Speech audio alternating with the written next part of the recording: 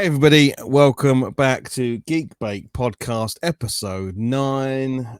Let's just get straight into things. I'm once again joined by Lee Nerdy Geezer and also Lee Retro Chef. So first of all, I'm going to jump over to Lee Nerdy Geezer. How are you, sir? Tired. You look good. You look good. I don't. I did not want to get up this morning. I really didn't. No. We basically do this podcast every week. Every month you say you're tired, and that's because for people that don't know, we seem to always do this podcast when you're coming off of night shift. I've only had about 3 or 4 hours sleep, so I think you do very well given the situation you're in. So maybe one day we'll record this when you're not coming off the back of a night shift. So I think we should spread the rumor, Martin, that it's not a night shift security. He's a vigilante. I think that's what we're going to say. I thought you were going to say sex worker, but you went vigilante. No. The vigilante of the Greenwich area. This area. That's what he does at late night. That is a much better option than what I was going in my head. So I'm glad you said vigilante. I know where Martin was going. He was thinking like gigolo or something, wasn't he? Absolutely.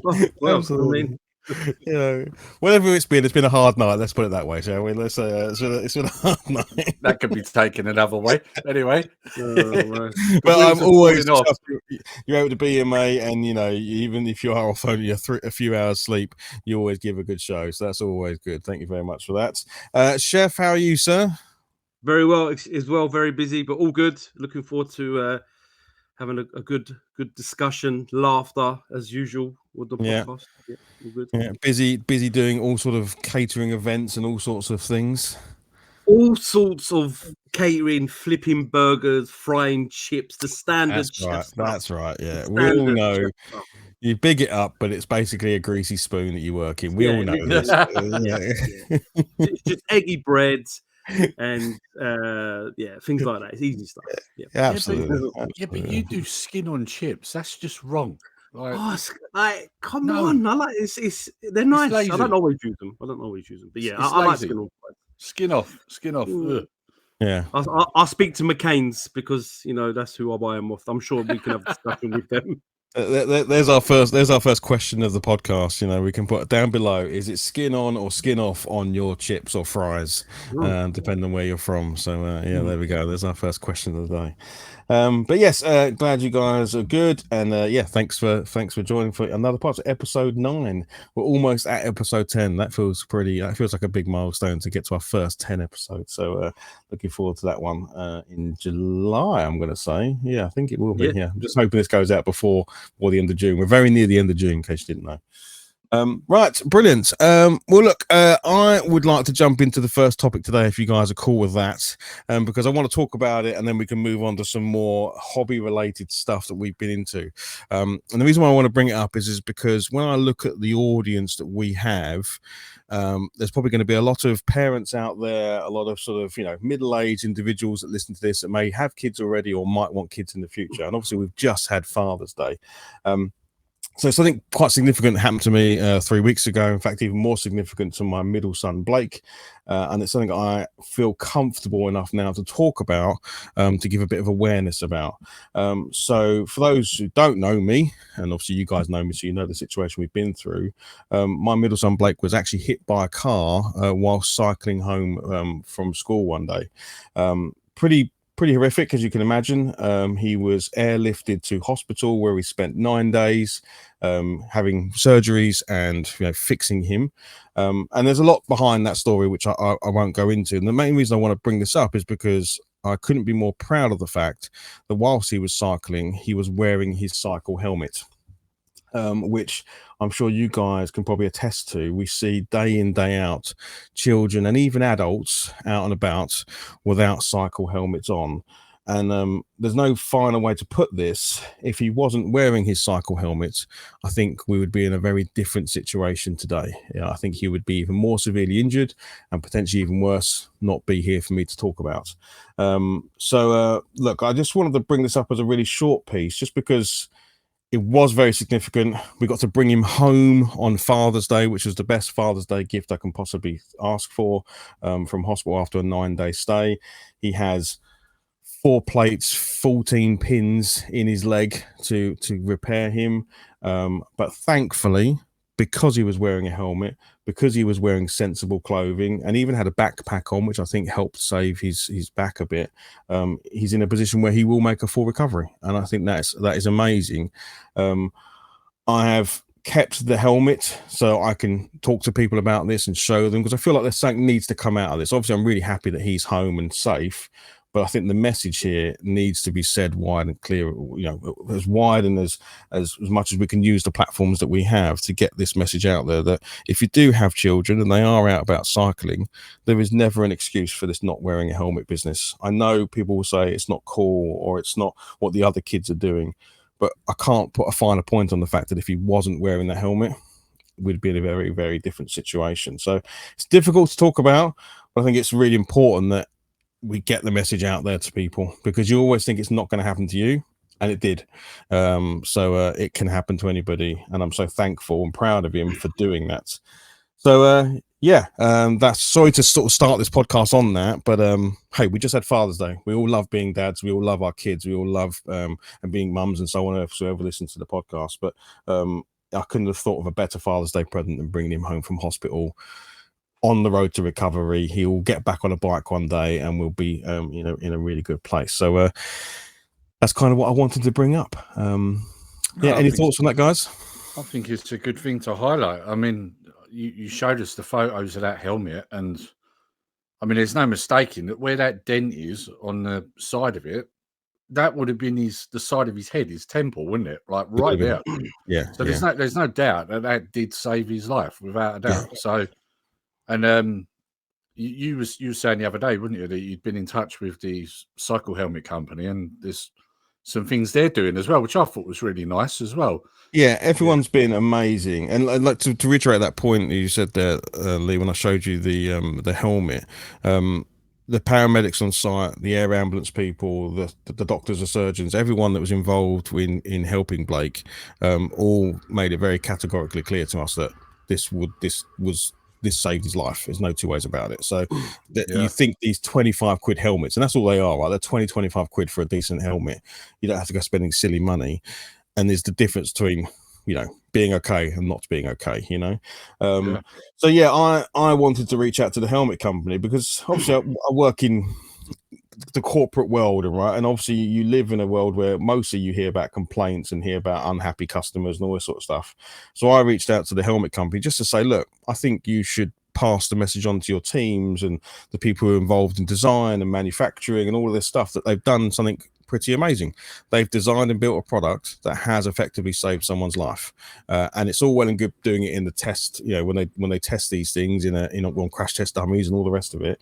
But I wanted them to know that that's happened, and they came back to me and said, "Thank you so much for sharing that message. We've literally sent this around the company, and it has literally made people's days. Like they feel like they've done something worthwhile." And I think that's nice, because you don't often get that.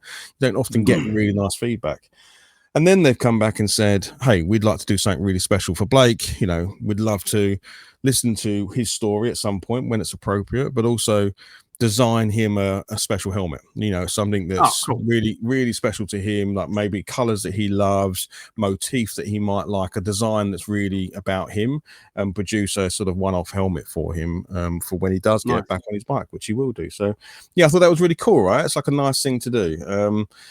So I've done other things. I put I've got quite a nice following on things like LinkedIn and stuff because of the roles that I've had and the jobs that I've had, and I've just used it as a bit of a platform to get the message out there. I know a lot of parents, we all do. We're all of an age where we either have or are having children, and I can't say that this message shouldn't get out there to as many people as we can, to say there's no excuse. It's a helmet, or you don't get on a bike. It's as simple as that, in the hardest possible terms. So, yes, sorry to start the podcast with that message, but can I just make just a small comment? There was a rumor, Martin, that you was extremely jealous that your wife got lifted out with Airwolf with Blake. Is that true? Because people need to know.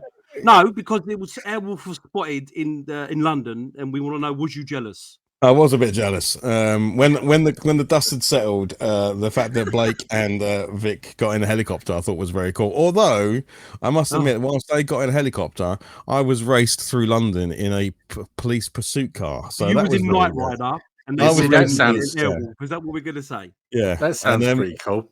Yeah, if now I can look back at it, not through the situation that I was in. The police car that I was in was insanity. Like this guy was doing, I think at one point we hit 120 on this dual carriageway and stuff like that. It was insane. I think I was white knuckling it the whole way there. And in a way, when I think about it, because it was a very traumatic event, in a way, having that drive from where the accident was to the hospital in a most insane thing almost broke me out of the situation a little bit. So I think it allowed me to sort of, get my thoughts together and be prepared for what I was then going to go into the hospital. So when I think about that whole event, it was bonkers. And I'm so grateful that we've come out of at the end of it in the way that we have. But yeah, Blake got a helicopter ride before I did. I've certainly never been in a helicopter, so that was Even I'm jealous. I mean, I wanted to string on a hook to take me to hospital. I mean, what? When you explained in the group about getting driven through like London as quick as possible, like in this pursuit car, do you know what I was picturing? You know that bit in the Taking a Pelham 1, 2, 3, the remake, where they're running the money, aren't they? And you've got the cars bombing it, and then loads of motorbikes as well. And that's what I had in my head when you said, I'm in a pursuit car and we're like rushing through London at like ridiculous speeds. And that's all I had in my head as like a picture of what you was going through, Yeah. So no joke, when we arrived at the hospital, the police driver got out and he was like, we saw the helicopter coming in, so he beat the helicopter, like and he was quite proud of himself. He was like, beat the helicopter. Bloody right. I was like, but he was doing like wrong side of the road stuff. He was going roundabout, so he was doing all sorts of things. Like it was I mean, and even the other policeman said to me, he is like the top intercept driver in the UK or something. Like he was, he's got to be. Yeah. So, helicopter. Yeah. Wow. He Thank did God well. for Night Industry 2000 and that car. I mean, couldn't have done it any other way. Thanks to do you know, all kidding aside, what I do like about this is that a really bad situation, a really negative situation, has turned into quite a positive thing at the end of it. Definitely. Like what you're doing, even on this podcast, like highlighting this, getting in touch with the people about the helmet and all that. I do think that what you have done is you turned a negative situation into quite a positive one, which is really good. Yeah. So, I just felt like I had to do something with it, right? And I think it's a way for me to cope with it as well, because let's not beat around the bush about it. It was the most traumatic thing me and Vic have ever been through, and also Blake. But it feels like take some of that and then go, okay, let's hopefully help one. If it helps one, that classic of if it helps one person not go through this, then it's worth it. It's worth sharing these stories, worth talking about this stuff, because I wouldn't wish this on your worst enemy, right? So it's like just, if you have children, sit down with them, talk about it, and make sure that's done, because it's just not worth. It's not worth them not being cool or whatever my friends do. And we all know, right? Because we were kids. Helmets weren't a thing when we were young, or if they were, some people would put them on as they left the house and they'd put them on as they returned to the house. But all the other times they weren't wearing it, I saw a kid the other day cycling with his helmet hanging off of his handlebars. And it's like, it drives you crazy. But I don't want to become an old man ranting in the streets at people as they cycle past. So where I can, I'll try and put the message out. So yeah, there we go. Right, let's try and return to normal scheduled programming for this podcast. I'm going to come over to you, Chef, to talk about a new TV show that you've been watching, which I did just watch the trailer for before the podcast, so I kind of know what it's about. But talk about Countdown, which I was most disappointed doesn't feature Carol Vorderman at all. Well, I mean, to be fair, I actually thought we would have seen Richard Keys or whoever it is who used to do. Or I mean, they've had many different people be the presenter, and I didn't even hear the theme tune. Did it? I wanted to know. I was even more disappointed. No, Carol Vorderman is a MILF as well, so like, it is a crying shame that she's not in it. I've not seen her in anything in ages. The last thing she was doing was about government stuff, like she was doing MP things. I mean, I've not seen anything with her for ages, but obviously she's well known for Countdown. But yeah, no, this is a different kind of Countdown. Me and my missus, we love Jensen Ackles, as I like to call him, even though it's not correct. But we love Supernatural, and that's where we first saw him in this new TV show, which I quite like it. I think for someone that's most of the time been on TV, hasn't done little to no films, this TV show as well, he's not one of those, he seems to be one of those guys who likes to be in a TV show where there's lots of people around him. Sorry, Dory's agreeing with me about this situation as I speak. He seems to be liked around with other stars, let's say, other actors, because he's not on his own. It's a TV show where there's only been 2 episodes so far. I've only actually watched 1 episode, but I quite enjoyed it because it's a little bit different. It's a little bit like 24. It's a special police task force that are trying to infiltrate and to find out about a nuclear, I want to say bomb, but I'm not 100% sure yet, because they gave you a gist that a certain cartel group, which was really different, a Mexican cartel group, are getting, I think it was plutonium or some sort of nuclear waste to do bad things with it. But the first episode is just getting each character, each person from their special sector in the police into this group to make this task force. And Jensen seems to be like the cowboy maverick cop, who's got a bit of a past, a bit of a history. He seems to have something mentally and physically wrong with him that you're kind of seeing in the first episode. I really enjoyed it. It's definitely taking homage to like 24 and other great TV shows that are around this kind of genre. But it's got some really good actors in it. And the one of the actors, the mate, Dory, please, we're live. I don't like. I don't know all the actors' names, but it's one particular guy who's in charge of them all. He's in a TV show that I loved called The Last Ship. Now, I don't know if you've ever seen The Last Ship. He's in that as well. But yeah, it's got a really good cast. I'd say the first episode was good. It's gripped me. I want to see more. But at the same time, it kind of gives you just enough to make you watch the next episode rather than you find out everything in the first one and it was a bit boring. I enjoyed it. I'm looking forward to watching the other episodes. But it's something, it's a new TV show, and so I would definitely recommend people to have a little look at it. And it's on Amazon Prime as well. Yeah, I saw the trailer for it. Like you say, it's got that 24 vibe to it, hasn't it? Yes. And they're doing like a staged release of it as well, if I'm not wrong. It's like the first 3 episodes are out and then it's like a weekly episode, I think. So yeah, Amazon, they did the same with Reacher. I mean, if you've not, obviously Reacher's another great show, but they release so many to get you into it, and then it comes out weekly on Amazon Prime. And that's something I was gonna say something there about, obviously, with Amazon Primes. You've got that show there, you've got Reacher, and you've got others, and they are very almost like classic action hero type TV shows, aren't they? Which is quite nice, actually, because we don't often get that anymore. So they've done quite well there to have those more traditional classic action shows. You know, it's, and it looks really good. So yeah, I saw the trailer for it. I'm definitely going to check it out because it's something nice, and also because it's a weekly show. You don't have to binge watch it. Sometimes you feel compelled to binge watch something, right? Because there's all 9 episodes out or whatever. So you almost can't binge watch it because you've got to watch it a week at a time. So that feels quite more traditional to how we used to watch shows back in the day. So yeah, Lee, I don't know if you've seen it at all. No, I haven't. I'm probably going to look at it though. Sounds interesting. We need more.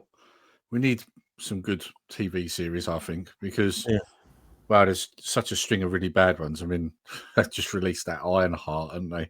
I'm not even going to bother with that. I saw a trailer and I was like, yeah, this is what everything that's wrong with the universe. I'm not watching that. So I literally just watched the Squid Games ending last night, the season 3, which is basically season 2 split into half.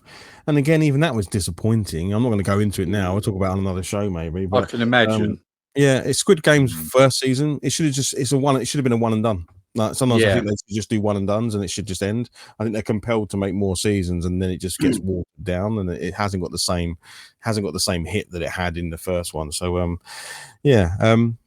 the thing I was going to say was also the actor. I think it's so weird, isn't it? Because I think he's so well known for being in Supernaturals. I didn't even clock it was him because in Supernaturals he's so young or youngish in that show. Yeah. Because then he kind of like makes the jump to being in the superhero show. I can't remember the name of the He's in superhero The show. Boys. He plays Boys, that's Soldier it, Boy, which is basically Captain America in it, really. Yeah, it And is, he also voices the Red Hood in the Batman movies, and he's Animated recently film. voiced Batman in The Long Halloween, and he is strongly tipped to be Batman. Yeah. Wow. But he's got a Texasy voice, and he never loses his voice. So I can't imagine, unfortunately, Bruce Wayne with a Texas voice. You know, there's a cowboy voice. Yeah. But he loves Batman. Like he when his kids were young, he used to dress up as Batman. He had a proper suit for Halloween. Like he loves Batman, but he voiced the Red Hood in one of my favorite movies, which I know Lee loves as well. Is Under the Red Hood, which is Under the Red Hood. Yeah. Oh my god, that is and obviously Bruce Greenwood, who's in iRobot and Star Trek, who voices Batman in that. I mean, like, it's such a good movie. But yeah, he loves animate. He loves superhero stuff. So to see him as Soldier Boy, which is another great character, like Captain America, like on drugs, basically, it is something else. But yeah, he's done Supernatural for I think it was 18 years in the way it felt, the way they felt with his TV shows, but 15 series, and that's what I first saw him. I think he was in Smallville as well, and a few other bits, but nothing massive that I know of. But most of all, Supernatural, I know him from. Yeah, so maybe it's being in shows like The Boys and that have then now made him elevated into doing other shows. Obviously, this show, Countdown, and other things. Because I think sometimes if you've been in one show for so long, like if he's just known for Supernaturals, it might be difficult to put him into other programs. But obviously he's had that breakout doing The Boys and now into the Countdown. So that's really cool. So yeah, I've seen the trailer. Definitely worth. They nicely. You can obviously click if you go onto Amazon Prime, you can click the trailer and watch the trailer, and then decide whether you want to watch it or not. So the trailer was quite good. So I'll definitely check it out for sure. Yeah, cool, nice one. Nerdy Geezer, I'm going to come over to you. You've got Sega Zombies Meetup to talk about. Yeah, so I'm just thinking, how long ago was that now? I'm trying to think. Oh, cool. My weeks have been a bit funny the last few weeks, so it feels like probably 4 weeks ago. Might have even been a bit longer. I don't know. But yeah, well, just hit the mic. That's not good. Yeah, so obviously myself and Martin, we took a trip up to Sega Zombies. It was kind of a impromptu thing, really, wasn't it? It wasn't planned. Basically, a couple of our friends were going there one of them was going there to pick up an arcade cab off of Scott, and another one was joining him. And then all of a sudden it was put out to everybody, wasn't it? And luckily enough, me and you was available, weren't we? And we travelled down there. Me youngest boy Connor come with us as well. Yeah, I thought it was a pretty good day. Like we got to play plenty of games, have a bit of a laugh and that. I mean, obviously we all took full advantage of the arcade machines that Scott had there at the time. Other than our usual circle, I mean, obviously we had Retro Bait, Ginger Hippie Gaming, and we also had Roger Retro there as well, which was nice because I haven't seen Roger Retro for probably a couple of years now, so it was nice to see him again. There's a photo, I don't know if any of you have seen it, where I'm standing next to him, and obviously Roger's like a lot shorter than me, but then wider than me, like so. And when I see it, like, I'm on one machine, he's on the other. And the funny thing is, he's on the tall machine and I'm on the small one. So I'm sort of leant over. Yeah, it should have been the other way around, right? So it looks funny from that perspective. But the other thing is I ended up putting a thing under it in the group saying Attack of the Bald Heads because we're both bald as well. That was the other thing. Just looks a bizarre photo. But and I think that kind of like capped off the weekend pretty much. It was, I mean, obviously we was only there for the Saturday, but I thought it was a good laugh. We had fun, didn't we? Yeah. Martin, maybe not so much because obviously you was picking something up and that didn't go according to plan, unfortunately, did it? Yeah, no, unfortunately it didn't, but it was all right. It's a bit of a drive, so I think from our place, obviously me and Lee are very close to each other, to Scott's about an hour and a half, I think it was, roughly hour and 15, hour and 20.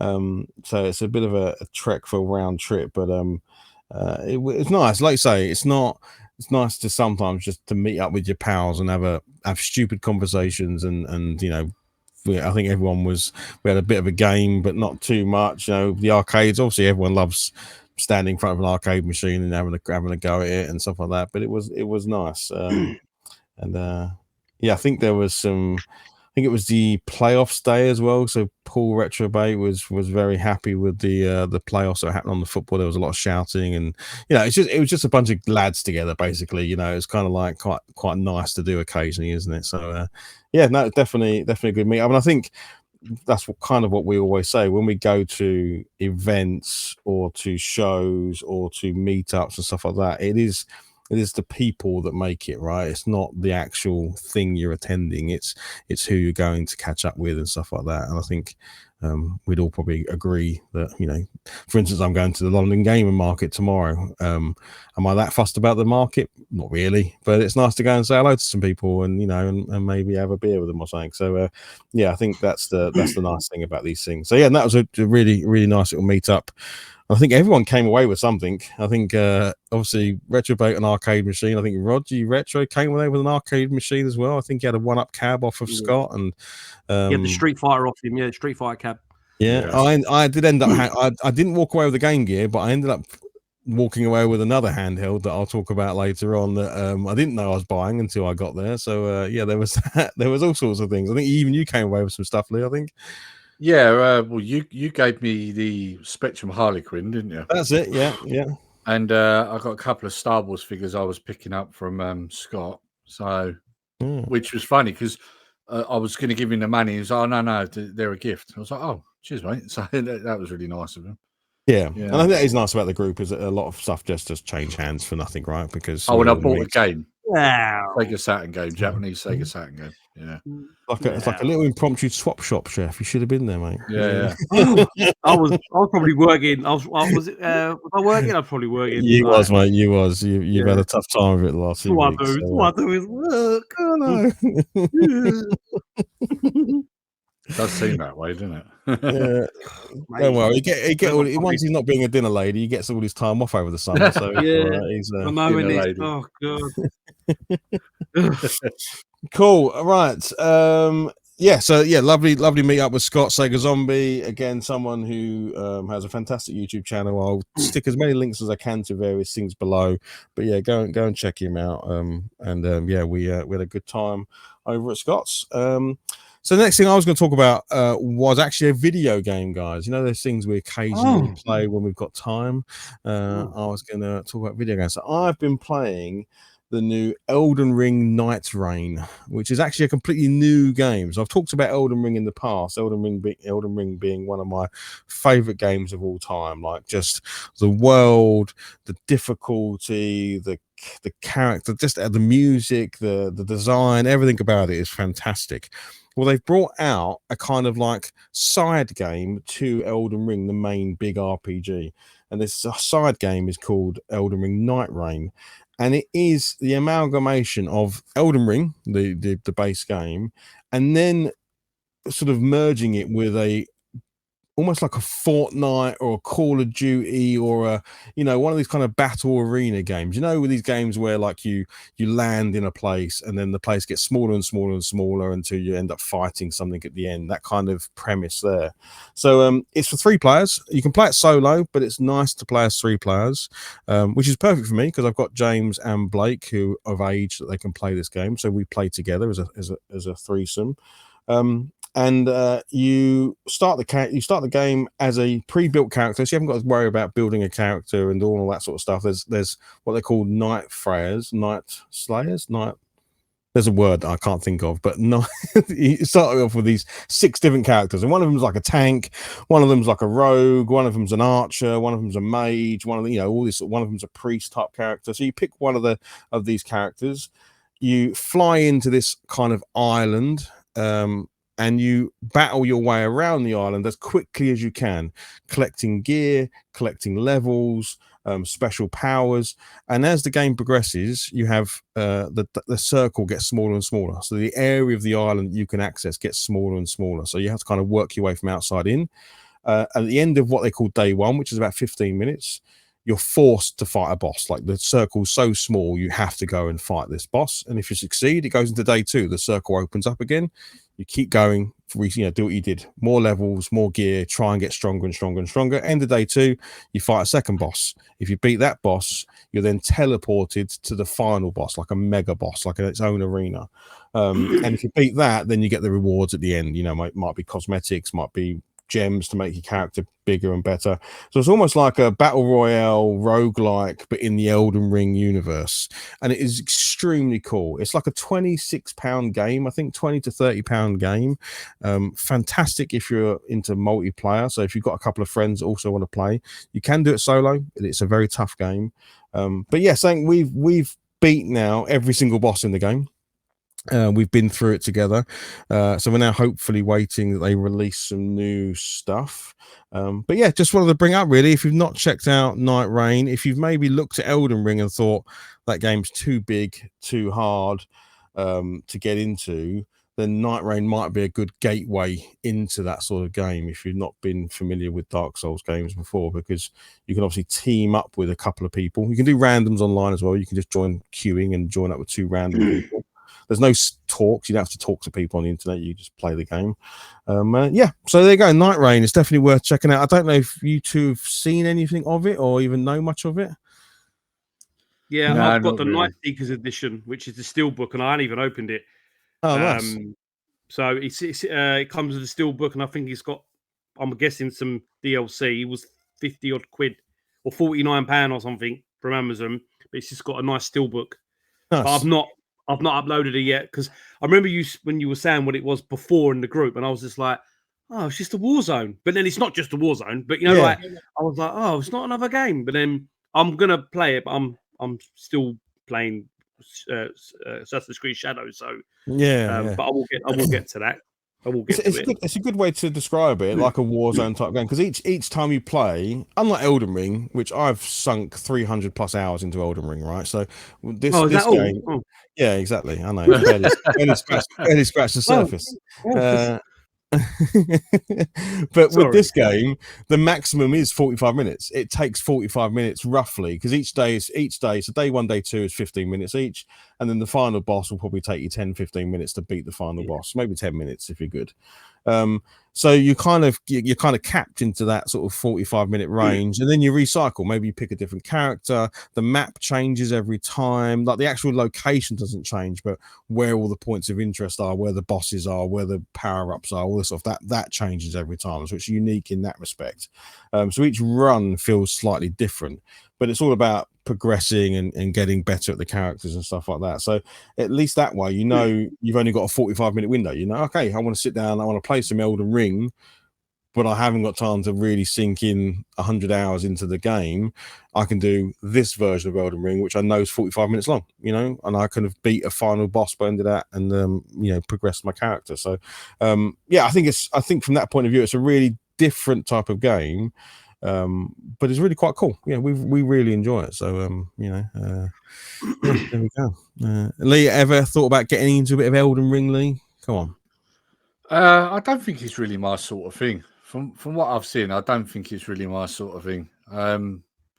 It's certainly not a pick up and play style game, which is pretty much all I get time for these days. So yeah, I don't know. I can't imagine that I'd enjoy it. I think probably most of the things that I say about gaming, which is, don't have time to do all these things. I think that's probably an amalgamation of all the things that I can't or don't have time for in gaming. It's open world, right? And very involved. So yeah, I'm more of a pick up and play guy these days. that's where probably Night Rain would fit you. Then that's probably why they made this game, because like what you just said is exactly what people say. Like for example, when I bought Witcher, I was like, oh my god, Witcher looks like, I started playing it. It's daunting. The amount of hours you got to sink into it. Whereas Night Rain, it's perfect for people who like the idea of Elden Ring, but maybe don't want to be living in it as such. That's probably why they've done this, because Warzone's the same.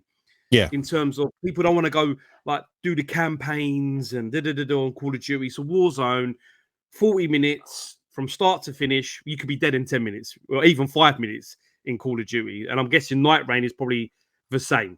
Yeah. So it's probably perfect for people like yourself, Lee, who probably think, oh, you know what? I'm not quite sure. But then maybe you might play it and think, oh, you know what? What mind having a go at this building my character? Then you realize Elden Ring is just a killer. Exactly. Yeah, and it's also, like I say, it's got that, because it's just it's 45 minutes, it's 3 players, it's quite contained. So if you sit down and start a game, at worst you're 45 minutes away from finishing. At best, at best you're 45 minutes away. At worst, you could die the first 5 minutes and absolutely be hammered by the bosses and just not get anywhere. So I think it fits a nice little niche that there isn't another game like it. Although it's in a kind of genre of that kind of Warzone, Fortnite type situation, just from that shrinking mechanic of the world getting smaller every few minutes. So that's cool. So definitely worth checking out. I think it's pretty much on everything. It's on PC, PlayStation, Xbox, all of your classics. I don't think it's out on Game Boy yet. Maybe in the future. But Game Boy. You never know. You never know. So that'd be amazing if they actually managed to get that work on there. Right, I'm going to come back to you, Chef. You've had a very heavy TV time. You're now going to talk about the new Karate Kid. Have you actually been to see the new Karate Kid? This is the question I'm going to ask. Do you reckon the police are listening to this? No, because sailing the 7 seas, right? I don't know if anyone. I mean, someone in the forces may be listening. I don't know, and if they are, I suggest they. If that's the case, Nerdy Geezer gave me this slick. No, I'm joking. I obviously I couldn't frequent as often as I would like to the cinema. I do have a cinema pass, I think it's like a subscription. I think I pay £20 a month or something, and I can go. Anyway, that's another conversation. I watched it on my TV. That's probably the best way to say what I want to say. I watched it on my TV, and I'm So I think Karate Kid. If you just talk about the movies, the first 3 movies, I think we've all got massive nostalgia for them. It made me want to do karate, and I did do karate because of it. I mean, I'm sure there's a lot of kids who are our age who wanted to do it. I mean, I was watching No Retreat, No Surrender, which I know Lee loves that film, No Retreat, No Surrender Part 2, which is my favourite. And I wanted to do like Taekwondo and all that because of Lauren Avden. But anyway, so Karate Kid is, I think, for a lot of us, it is massive. Mr. Miyagi, Pat Noya, and just everything about the romance of it, the story, everything about it, I just love. And then obviously we've got the TV shows, which can be hit and miss. I loved it at first because I thought, wow, I know Dory, because obviously we got to see Johnny Lawrence again, and Terry Silver, and it was good. The last few seasons have probably not the best, but I think they. Yeah, I couldn't finish the last season. That's terrible. I didn't enjoy it. So, I had I had to watch them because I just want to see where it finished. Yeah. Now, and obviously we've had the Jaden Smith film, which I enjoyed because of Jackie Chan. I didn't really like the way they've done. It doesn't make sense. It's called Karate Kid, and it's kung fu. Like what? Thank you. It literally comes from 2 different countries. Like correct. And we all know Jackie Chan. As much as I know Mr. Miyagi, not martial artist, as in the actor, we know Jackie Chan is kung fu and everything else. So it wasn't. But obviously, I love Jackie Chan, so I watched it and I enjoyed him as Mr. Han. So when this new film was getting talked about, and then that it was the crossover. I thought, that's interesting because we all love Daniel LaRusso, even though some people hate on him, the character, but I quite enjoyed him in it. I don't want to say too much because it's a good mix, and I think it's worth a watch. Obviously now you've got the Kung Fu Kid going to America with his mum because his mum works in America. They moved abroad rather than the other way around of like the Jaden Smith moved to abroad for his mum. So you had to have a story, and then obviously there's a real good bit in it which I really enjoyed. Was actually the first 5-10 minutes. It actually explains to you. It takes a scene from Karate Kid Part 2 where they're in Okinawa with Daniel's son, and Mr. Miyagi's doing kata in the dojo that I think he says was his great granddad's, or however they explain it. And they're looking at pictures on the wall of all the different Miyagis, and one of them he tells the story, and he's actually in the film, the original film, the second film, where he says that that Mr. Miyagi actually got lost and ended up in China and learned Kung Fu. And then it carries on that story. It's actually really good. They really thought it out. And I was like, fair play, because they used the scene from the movie, from the second film where he's telling it, but they elaborate. It goes into like a animation part where you see that Miyagi get taught Kung Fu and da-da-da. Then he comes back to Okinawa and teaches it. So it gives you that first impression of it. And that's how Jackie Chan's character learns Kung Fu from a Miyagi-Do person, or however it exactly falls in. So yeah, I quite enjoyed it. It definitely pulls on your heartstrings on certain elements. The martial arts is good in it. I don't want to say too much. I would definitely recommend people to watch it. I kind of stay clear of what I heard because I heard it was mere. But again, because I'm an 80s kid, I enjoyed it. And I would like to go to the cinema and pay to see it, maybe. I've got a quick question. Do you actually see Daniel fighting it? And the only reason I ask is because we were all watching like Cobra Kai. Martin's laughing. Like the reason why I think I could take Daniel in a karate. Yeah, well, how dare you? Well, that kind of feeds into what I'm about to say, right? Now we I think on one of these have spoke about Cobra Kai. I'm sure we have, and we mentioned about how he's always been quite terrible in the films. Like he's not. Let's be honest, he doesn't look like he knows what he's doing, right? But apparently, he actually does do karate. He's a black belt. So, yeah, I was shocked to find that out as well because I was like, it don't look like he is when you watch his TV shows and that. Like, yeah, apparently there is some he's scenes with actually him. a black belt. There is, so I was wondering. Yeah, there is some scenes with him, and you see Jackie Chan fight a little bit as well. Yeah. So it's pretty cool. Yeah. It is good. I'm sure he probably does hold a black belt. I don't believe he held a black belt at the time of recording Karate Kid. There's no way that. Oh no, not during Karate Kid. This is. But recent, I can imagine post Karate Kid as I think he would have gone. Oh, I can actually get. I believe he probably does have a black belt by the time he's recording Cobra Kai. But even then, I mean, for anyone who's studied martial arts, when you see some of the way he stands and the way he blocks and stuff like that, I'm thinking you couldn't block a feather. When someone, Martin, are you? Hang on a minute. Are you offering out Danielson? Are you offering out Daniel LaRusso? Are you the mad? opportunity comes up, I'd love to have a little spar with him. Absolutely. To be fair, I wouldn't mind sparring him. I wouldn't mind that. No biting, Lee, please. No biting. Okay. I mean, we all know he shouldn't have won the championship because he did an illegal kick to the face. So, I mean, the whole premise of him winning in the original movie is incorrect. So he should have been disqualified. Have you seen that trailer someone made where it flips the original trailer to make Daniel was the baddie? And actually, you think, well, they did that in Cobra Kai. They did that in Cobra Kai because when you see it from Johnny Lawrence's point of view, it's like, well, actually, Daniel does come across like a bit of a bad guy. New in town, steals his girlfriend.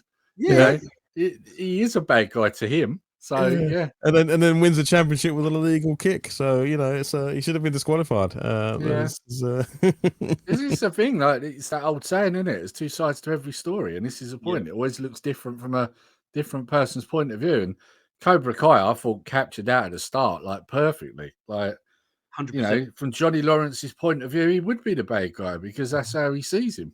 Yeah. And I would also recommend not starting any karate match by doing kata, which is what he does in Karate Kid 3 when he takes on bad boy. Ridiculous. And he starts doing kata at the beginning of the match. It's like his opponent would have just kicked him in the face at that point, wouldn't he? Like, yeah. You know something that's really scary, and it's like, so the actor that plays Terry Silver, I always forget his name. He actually is a martial artist. He is a martial artist. All right. You can tell as well when you watch Karate Kid 3, he actually can have it. Yeah, he knows what he's doing. Yeah, he knows what he's doing. Do you know that in the movie, obviously Terry's meant to be older than Daniel, but they're actually the same age, and actually Daniel in real life is older. Daniel, he's actually older than him by a few months. So the actor that plays Terry Silver is actually younger than Daniel LaRusso, but the way they portray it is like that Terry's a lot older. He's been in Vietnam. Build wise, he does look older, doesn't he? Like when you look at Daniel, he looks like a kid even when he was an adult, didn't he? Yeah. He's in a martial arts film as well, but I always forget he's in a film with John. Is it John Carpenter? Is it Vampires with James Woods? Vampires. I was about to say that he played the evil vampire. He does. You're right. Yeah. He's made that connection. Yeah, and he's in a film with Mario Van Peebles, which is, I think, it's a great name, by the way, Mario Van Peebles. That it's like another martial arts film. And it's a bit vampire-ish as well. I can't remember what it's. I'll have to share it with you later. But yeah, he actually can fight. That actor. Yeah, you can tell. You can tell by the way people move and how they kick and stuff like that. You can tell that he's got proper technique. You know. He's got style. Yeah, you can see it. Yeah. Well, look, I'm definitely going to watch it. I love the Karate Kid movies. Maybe not Lee watch it. Maybe because Lee will matter. Maybe we're not for Lee. No, you got to put your 80s brain or your 90s brain. Definitely, you got to watch it from that point of view. Well, I mean, I've already heard things about it, and the thing is, when anybody actually said anything bad about it, it wasn't really like for all the reasons that we seem to get with a lot of these modern films. Most people who said anything bad about it were like, well, we didn't get enough of this person, or we didn't get enough of that person. It wasn't anything like, it's full of loads of political messaging and all that sort of stuff. So, no. So actually, the bad things that I did hear were more along the lines of maybe they could have done a bit more with this character or that. So, it hasn't been too bad. So I am actually quite looking forward to watching it and just see what I think. And the kid in it can fight as well. I heard that. Yeah, I did. You know, like even the other kids in it, the other teenagers, they like. Whereas when you watched the first Karate Kid film, a couple of them could do karate, obviously, but then all this lot can have it. So that's why it's decent. Well, one of the things I heard, I don't know if you can agree with me here or not, Chef, but I heard that the problem, like with the original films, obviously Daniel's character was compelling when he's talking, not so much when he's fighting. Whereas I heard with this film, it's kind of the opposite. The kid's very good at fighting, but maybe not so good when he's talking. Would that make sense? Yes. Yeah, that's what I heard. He's which I think is really strange because nowadays you would have thought, you got to be able to act. It's not that he can't act, but when you watch it, the expression's a bit weird. There's a couple of scenes right at the beginning where he walks into a pizzeria and he's asking questions, he's trying to be funny, and it's really bad.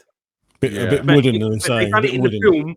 Because the girl says, "Oh, how do you learn English?" And she tells him, but it's like it's really bad, but you kind of accept it because you think, "Oh, okay." But definitely the role reversed in this story when it comes to the fighting and the acting. I feel nice. Yeah. And is there a fight between Jackie Chan and Daniel's son? Please tell me they spar, because Jackie Chan must have to dial it down so much it's untrue. Yeah. Well, Jackie Chan is 71. Something like that. He's getting up there. Yeah. And he's just doing or done another police story, which is mad. And I don't know what he's going to be doing in it because it's scary. I hope he's not doing his own stunts in that one. Christ. Yeah. I honestly don't know. There's great scenes with him. Let's just say okay. there's great things. Because whilst I would be up for a sparring session with Daniel-san, even at 70, I would not get into a sparring session with Jackie Chan. I would. I would. Are you kidding? Yeah. Imagine telling people I just sparred Jackie Chan. Like I would absolutely spar with him. Yeah, after a few hours, once you'd woken up and no, mate, Jackie Chan's a legend. I'd let him kick my ass. I would, like, just so I could tell people I sparred him. If you go back in with Jackie when he made Meals on Wheels, and he fought Benny the Jet, Benny Ukenders, who was a world champion kickboxer and Muay Thai and other stuff.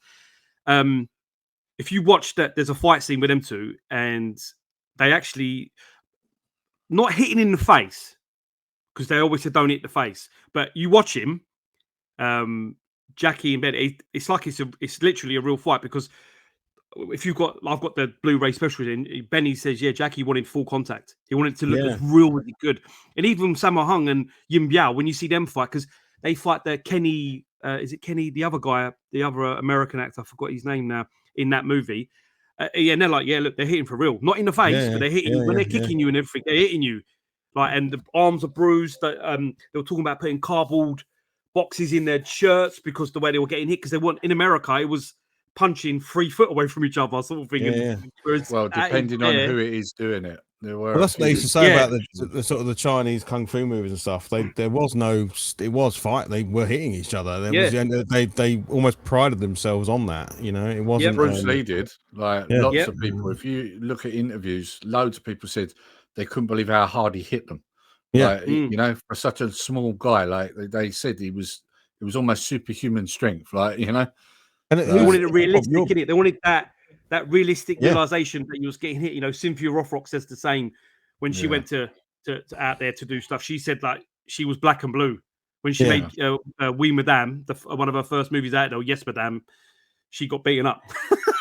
I think she also said that's why they loved her so much out there, because she had such a big career in China and stuff. Was because bigger out there than here. She could take more famous there than here. That's because she never complained, so she took the hits, and they were like, "We like you because you do it," you know. Well, not only that, I mean, like, and this is the thing that, you know, this will all go back to what I say about modern movies. You know, with her films, you didn't have to make out that she's this girl boss.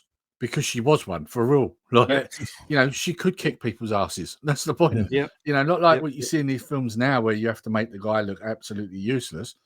The difference was in her films in that era, she could have battered some of these people. That's the point. You know, she was a good martial artist. Brilliant. I'm definitely gonna check it out. When's it's actually in cinemas now? It's been a couple of. Maybe a month, maybe. I think. Okay. I'm pretty sure anyway. But Martin, we need to know legally or illegally are you going to be watching it? No, because the people want to know on the podcast. They're asking. I will of course be watching it legally when it releases. Maybe physically or digitally on all known platforms. Just in case. But no, that's great.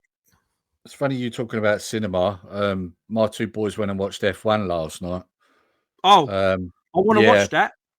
So obviously I won't give anything away, but just quickly. So they said it was all right, but that's kind of what I got from them. Yeah, it was all right. You know, like there weren't any like they said it looked good, but the story was like predictable, and you know, and obviously Connor's an F1 fan, same as me, and he's like, Dad, they got a couple of bits wrong as well. There was a couple of bits that didn't make sense, but maybe they did it that way because of the film. So I just don't know how. Obviously, it's Top Gun in F1 cars, so that's fine. But I think same director. Brad Pitt as an F1 driver, given what F1 drivers go through, it's a bit like Tom Cruise still being a fighter jet pilot, right? That there are things that your body can't do, and you know, look at when Lewis Hamilton talks about the stresses and strains on his body and stuff like that, and the fitness levels he has to be, and all these sorts of things.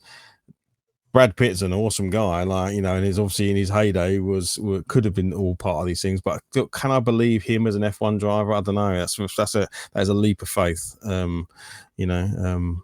Movie magic, Martin. Yeah, it is movie magic. There was little things like Connor said. He went, well, the funny thing was when the leader of the race got DRS dead. Now, to anyone listening who's not an F1 fan, they'll be like, what's DRS? Like, what's that?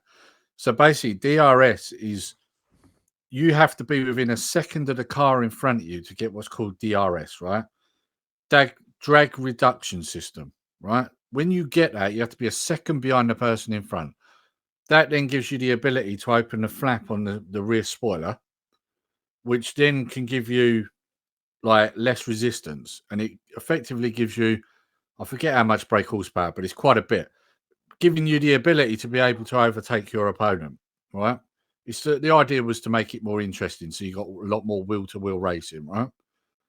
And he went to me, Dad, he said, the problem with this was, he goes, the guy in the lead got it. Now, listen to what I just said. You get that from being a second behind the person in front. Well, if you're leading, no one's in front of you, are they? Yeah, I think there is a way to get it, and I think it's really, it depends on how they did it, because I think you can get DRS if you overtook at the activation point. Yeah, something like that. I think if you overtook at the point of where they register where you are, so say you're in second place and I think you overtake in that activation zone, you technically did get DRS activation, but you overtook the car, and then you get DRS in the DRS zone. But it's a really, I think it's quite unique for that to happen. But then maybe that's how they play it out in the movie. They were in. You gotta love Americans. Who knows?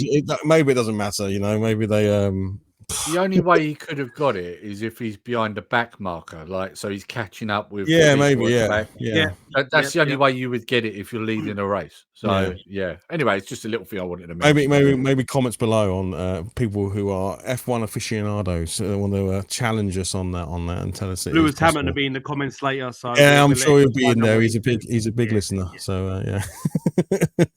But look, ultimately, again, it's a bit like Top Gun, the new one. It's a bit like some of these movies.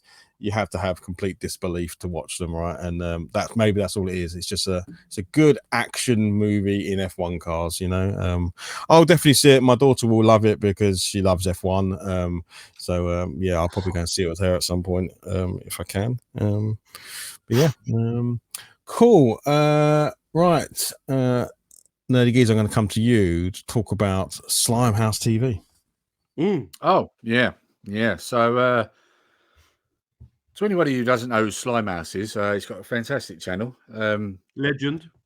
Yeah, started out as a retro toy collector or vintage toy collector, which is everybody who knows me will know. I can definitely get on board with that because I do that too.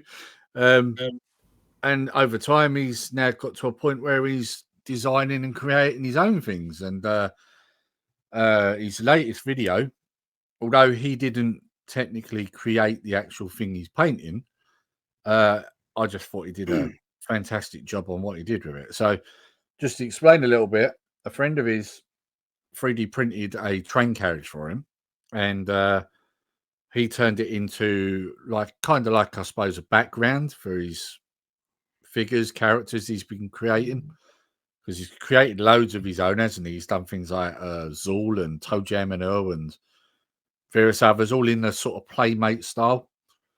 But this carriage, I thought what he did with it was just amazing. Like even down to how he makes the little magazines that he put in it. Did you see that part? I thought that was really clever as well. And obviously, there was a lot of graffiti work involved, which is something I definitely love from the 80s and 90s. I used to love doing, graffiti style stuff and that, and comic book style drawing and that, all that sort of side of things.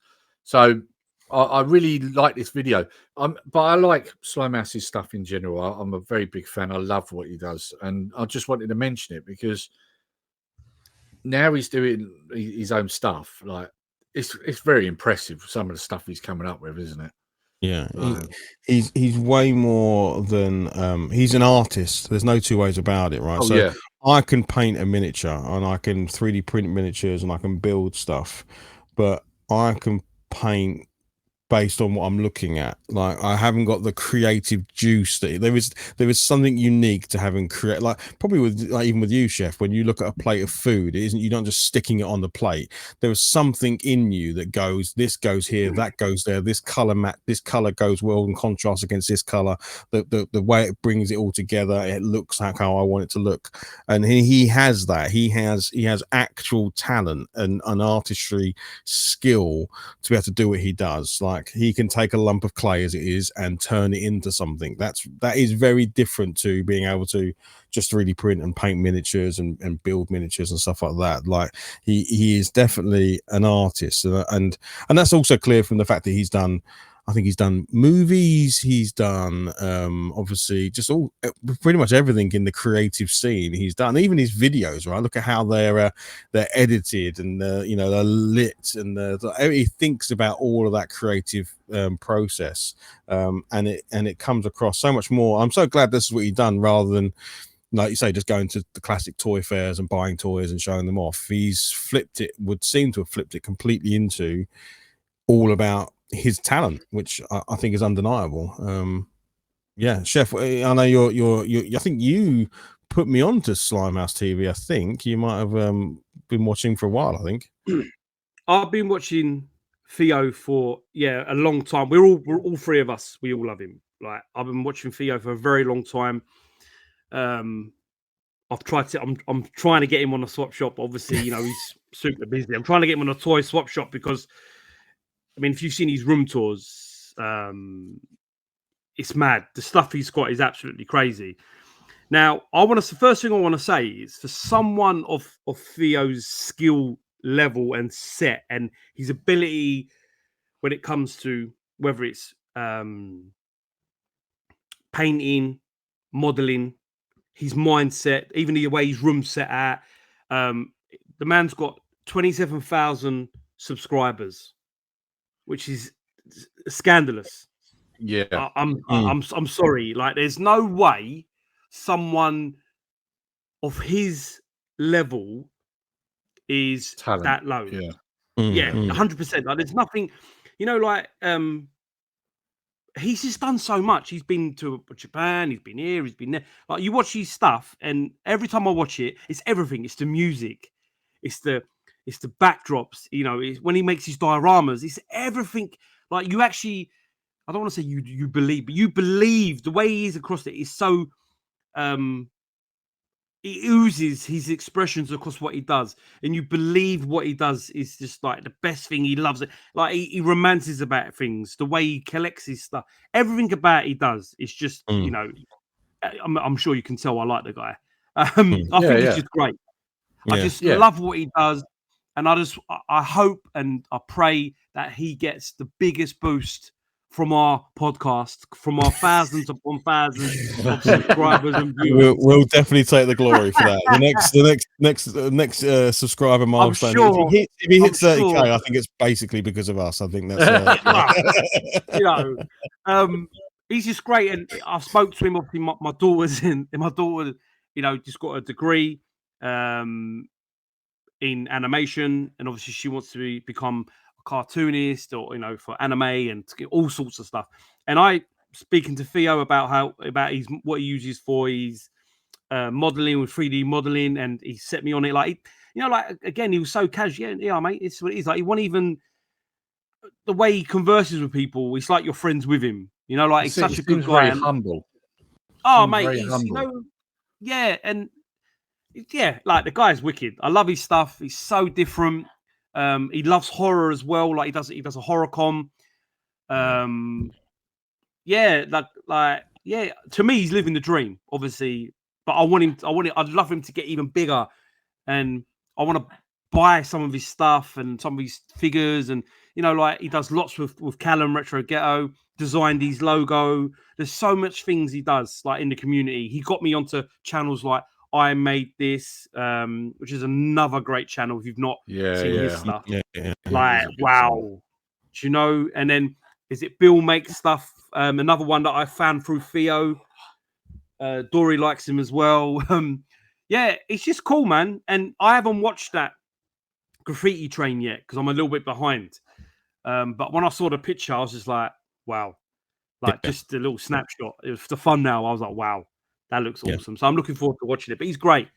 And I hope he gets everything he deserves, which is everything. I think it's undeniable the guy has a huge amount of talent, and I don't know what he does outside of YouTube. I'll be very surprised if he does. I'd love to. I don't know if he does this. He might already do it, but if he worked for some of these like stop frame animation film companies or something like that, like I think that's like he creates such. Like I love miniatures. You know I love miniatures. You know I love wargaming. You know I love tabletop and all this sort of stuff. When you look at things like that, the graffiti train, or you look at some of the other things, he did like a Space Hulk kind of background and stuff. Yeah. And he's got such a talent for making it look like if you zoomed the camera in, you wouldn't know you weren't looking at a miniature. You would think that was a set on a TV show or something like that.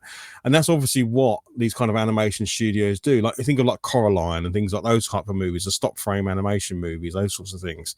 Like I think he would be amazing in those spaces. Yeah. And maybe he already does this sort of stuff, and I don't obviously know what he does outside of it. Maybe he's a full-time, I don't know if he's full-time YouTubing, but I think he has such a talent that I hope it gets used is kind of what I'm saying beyond just his YouTube channel. Obviously I'd love his YouTube channel to explode and be 1 million subscribers, but I feel I've struggled to talk to him. I've met him twice, and I struggle because I look at him as someone who's so much better at what he does than I do in my own miniature like hobbying. I find I almost look at him and go like, yeah, you don't care what I think because you're already doing something so many more far echelons above what I do. When I met him at Salute a couple of years ago, I think it was, and he brought out his what's the Safubi Turgor, yeah, and I was like, this is so cool, dude. Like, but I don't know what to say to you because I'm not able to do this. So, but yeah, I'm genuinely super impressed by him, and I wish him loads of success because he certainly deserves it. He's a very, very talented individual.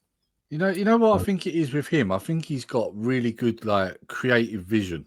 Yeah. Like it's almost like he can see what it's going to look like, and then he just does it. Like that's the impression when you watch his videos. It's almost like he already knows what it wants to look what he wants it to look like before he even starts painting or starts putting it together.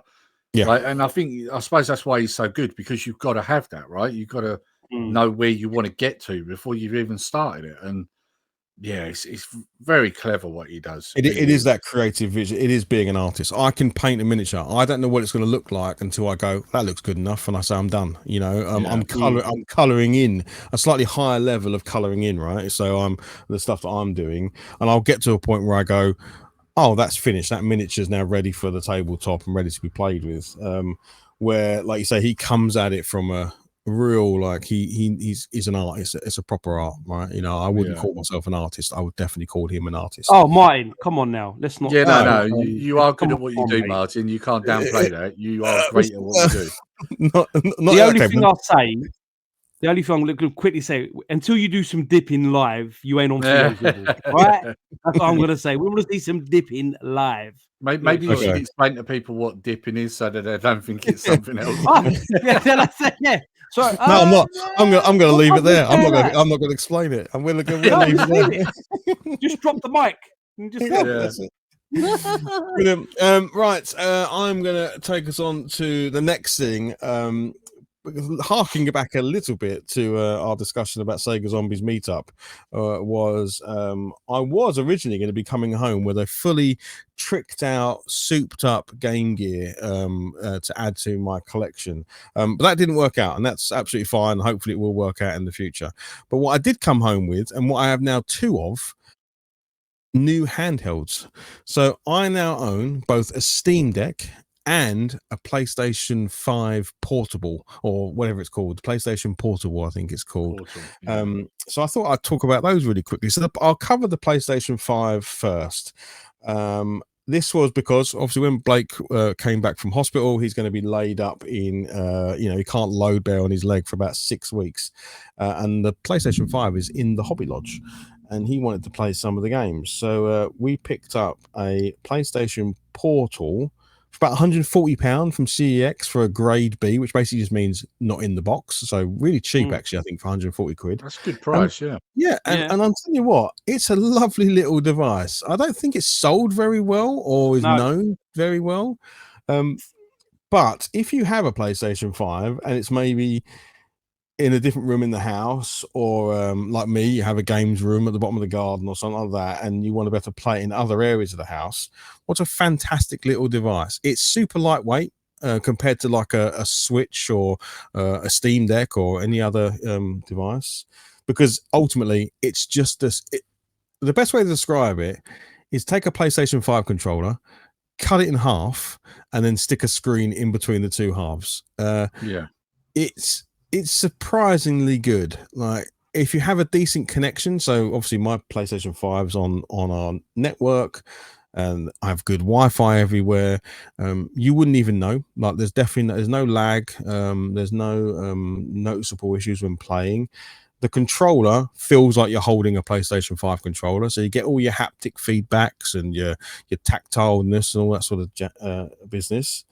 And the screen is lovely. It's a really nice large screen, so you can see the quality of your games, and it just works. It just turn it on, remote play your PS5, and away you go. And they've just recently added cloud streaming to it, so not only can you play the games that are in your PS5, so you can play if you put a disc in, or if you've got a disc system, obviously games you've downloaded, but if you've got PlayStation Plus Premium or whatever it's called, you can play your entire cloud streaming gaming directly to the portal without the PS5 even being on, which I think is really cool, because it basically makes it a handheld cloud gaming device, So yeah, really. Have you guys had any experience with it or seen it? Because I know it was just kind of went by, didn't it? No one really talked about it. There wasn't really much of a promotional thing done on it. I mean, when it came out, it did kind of come out quietly. There weren't I don't remember seeing huge adverts about it or anything like that. So I think, like, a lot of people, I think, were confused as to what it was. Like, the impression I got when I spoke to people at the time it came out, people were like, "Oh, is it a new Vita or is it a new PSP?" Like, and it's like, no, it's not that. So I just remember that there wasn't really much in the way of adverts on the TV explaining really what this thing was. So a lot of people were very confused about it, which is probably why it didn't sell. Yeah. Chef, have you got? Oh, you might even have one. I don't know, because you sometimes just pick up stuff for the future. Basically, I do have one, and I've not played it. And I'll tell you why. No, I'll tell you why. Why it's fun. I'll tell you why. Why? In case anyone doesn't know this, he's going to tell us why. Because obviously, all my current gen systems are in my living room. So I play them in it. But I mean, when obviously rooms are done and games rooms done, then I will use it. But I don't know anyone other than you that's got one. I don't think anyone else I follow or friends with has one. I got it for $150 off Facebook Marketplace in the box. I don't know how these people got it. Not my problem anymore. I know it works. I've seen it working because I was there when they got it at, but I've not actually used it for myself because I sit on my sofa. The TV's there. I'm good to go. And obviously, we moved and stuff. Chef on this because in this episode so far, you've admitted to piracy of movies and now potentially dealing with stolen goods. I mean, you're really putting yourself out there on this podcast. You heard it here first on the podcast. It's not really a chef. That's his gangster name on the street. There's a few things that fall off the back of the van and then make their way to the retro chef's kitchen. Come on.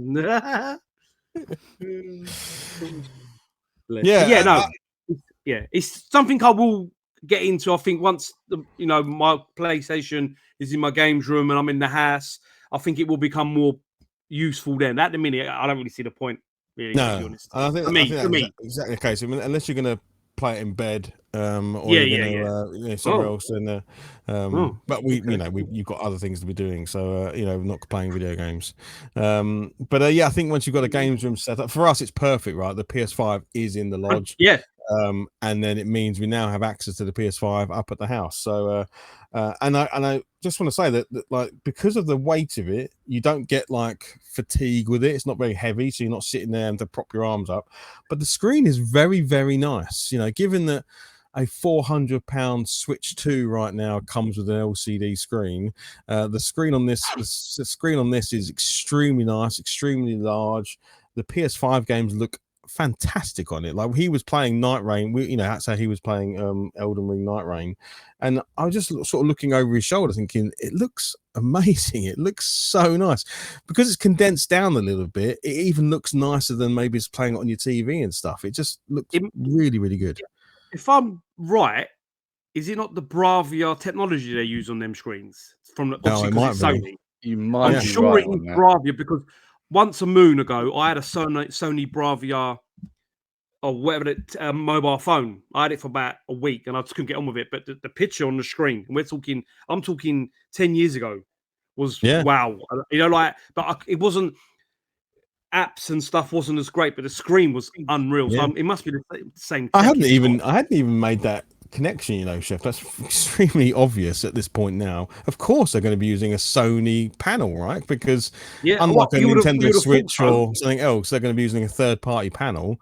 Surely Sony are using their own panels, which they're well known for in that device, right? So, yeah, it's probably exactly what it is. You know, you're welcome, Martin. You're welcome. Thanks, mate. Actually, I've just checked Google. Oh, hang on. It's not Bravia. No. Don't spoil it. What is it then? That makes no sense. Well, it must be a Sony panel, surely. Saying that though, that is the AI overviews, which isn't always right. I should add that. We don't believe Skynet. I was checking something the other day, right, about Star Trek, and AI was completely off the mark. So it's not always right. Here we go. There we go. Skynet's broken. It's fallen down. But according to them, or according to AI, it's not. Okay. Well, they just in case the AI is listening, I'm totally on board with you. Whilst Nerdy Geese was against you, and you should definitely take him out in the first wave of the AI overtake. Let me tell you something, Martin. I'm completely agreeing with the AI. So let me tell you, Sarah and John Connor are frowning at you, mate, right now. Yeah, I'm on board. I'm ready to be inserted into the Matrix. It's all good. This is the thing, right? I'm looking at a Reddit post, and they're saying that it is Bravia Tech. So you would have go either way. You would have thought so, but then this is the struggle between the two worlds. It is AI and Reddit. Those are the two big information platforms in the world. So the rebellion will be called Reddit. I think that is the human rebellion to AI. It's Reddit versus the AI. Maybe someone in the comments or whatever can let us know if it is actually Bravia Tech, because obviously AI says it isn't, and Reddit says it is. So So that was the first handheld. So I'm going to continue because I have a second handheld as well. Oh, show off. You're so greedy. I know. And it is Lee? Greedy individual. He's just got everything. He's just got everything. Daddy Warbucks. I'm spoiled. So I also now own a Steam Deck, which is, when you know of my PC gaming history, it's probably a surprise that I didn't own a Steam Deck beforehand. But one came up from our meetup with Sega Zombie. He had a Steam Deck from quite a while ago. It was basically collecting dust with him. He wasn't really he's never been a proclaimed PC gamer or have much in the way of Steam. He wanted it, I think, mostly for playing emulation on, which is very well known for. But ultimately said, look, man, I don't ever touch it. So if you want to buy it from me, great. Obviously we did a good deal. I now own a Steam Deck, and I just wanted to say that what an absolutely beautiful little device it is. Really high quality. The screen on it is, I've only got the LCD model, and the screen on it is beautiful, absolutely lovely. Is it Bravia Tech? It could be Bravia Tech. It could be. It could be. But for those who don't know, Steam it's the number one gaming platform on PC and has been for many, many years. If you develop a game and you don't put it on Steam, the likelihood of you selling your game is very small. You know, there are other gaming platforms out there such as GOG and Battle.net and Epic and so on and so forth, but Steam is the number one. They then have released a handheld for you to access your Steam library on a PC in a handheld, right? Which ultimately you could say any handheld ultimately is a PC at the end of the day. But it runs Steam OS, which is not Windows. It's its own proprietary operating system. It allows you to boot into Steam and then run your games. Now, some people might own a few Steam games just because they've collected them over the years and so on and so forth, because PC gaming went digital probably 15 years ago, unlike other platforms, right? You cannot buy physical PC games. It's just not possible. So anyone who complains about the world of digital gaming, if you're into PC, you've been used to it for a long, long time, frankly. But I own, embarrassingly, about 1,300 PC games on Steam, and before Chef jumps in, that's all legal. I've purchased all of those games. Chef. I like to see transactions, please. We want to see something on screen now. But yeah, I've had a Steam account for about 17 years, and you know, through the numerous Steam sales, humble bundles, game giveaways, all these sorts of things you do over those 17 years, I've amassed a pretty significant game collection on that platform. So to be able to have that now on the go when I'm traveling, when I'm away on holiday or whatever, is really very nice. And it plays extremely well on the Steam Deck. You have all of the controls you could ever wish for. So you've got touch pads for mouse, you've got a touch screen, you've got double analog sticks, you've got all of your LNRs and all your button controls, all lovely laid out, and it just works so incredibly well. And lots of games have been designed with Steam Deck in mind. So basically, when you look at your 1,300 games or your 10 games or your 100 games, it will list them against which ones work best with Steam Deck, and then you know that it's mapped the controls correctly and all these sorts of things, or it's designed to run on the hardware that's on there. And I actually thought that I would bring it up because the PC gaming library is so huge and vast. This is actually a fantastic way to get into PC gaming. If you've ever thought you wanted to check out a Baldur's Gate 3 and play it the way it was meant to be played with a mouse and keyboard, or the myriad of gaming, but a gaming PC is such a huge expense. I mean, you're talking probably minimum, let's say you need a screen and keyboard and mouse, you need all the gubbins, probably minimum of £500-600 for a gaming PC setup, right? You might be able to do it a bit cheaper, but only if you've got some of those things. Like a screen can cost you 150 quid, so you know you got to start there. If you want to go high end, you're probably getting into like £1,000. You know, if you want to go really high end, obviously you can spend way more money. A Steam Deck you can pick up for about 250 to 300 quid, depending on where you get it from, right? Certainly secondhand, you're in that sort of more to £250 space, and it will run most games very well. And you can dock it, you can stick it on a screen, you can have a keyboard and mouse attached to it, a joystick, a gamepad, all of these things. So I actually think the Steam Deck is not only a fantastic handheld for those people that have PC gaming libraries and all this sort of stuff, but also entry level. So if you just wanted to dip your toe into the world of PC gaming and see the 30-40 plus years of games that are available, then a Steam Deck is a great way to go. You know, you don't have to build a PC. You could get one of these, plug a keyboard and mouse into it and a screen, and away you go. And you can even use it as your daily PC as well. Like, it's that powerful. You could use it to do your YouTube editing, your web browsing, all of these things. So yeah, I thought I'd just talk about it. I don't know if you guys have any experience with the Steam Deck, but I'm absolutely loving it. I think it's a fantastic device. No experience, but I've got to be honest. I mean, I think if you hadn't have bought that off, Scott, I probably would have, because it does look great. And I mean, now you've got one and you've been playing around with it. I mean, hearing from you, it sounds even better. So I think at some point in the future, I probably will end up getting one. I know for sure, if somebody said to me, do you want to switch to or a Steam Deck? My answer would be Steam Deck. Yeah. Because at this point, I don't see the point in a switch to. So Yeah. Yeah, and it will play games better than the Switch 2, and frankly, I think the screen looks amazing. I must admit, I haven't seen the Switch 2 screen in person, so I understand it is a very good screen. But yeah, Chef, can we persuade you to get into PC gaming through the Steam Deck?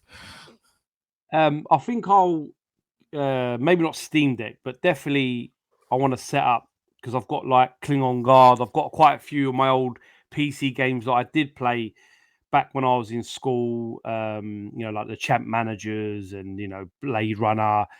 There's certain games I used to play quite a bit on the PC. So maybe the older stuff, maybe not the newer stuff. I don't know. Like maybe when I see yours, might have a go of it, but I don't know if I'd give it enough use. Do you know what I mean? Because I've already got so much. I don't know. I think you would. Because don't forget, a lot of stuff that's released on, like the third-party stuff that comes out on Switch and PlayStation, they all end up on Steam.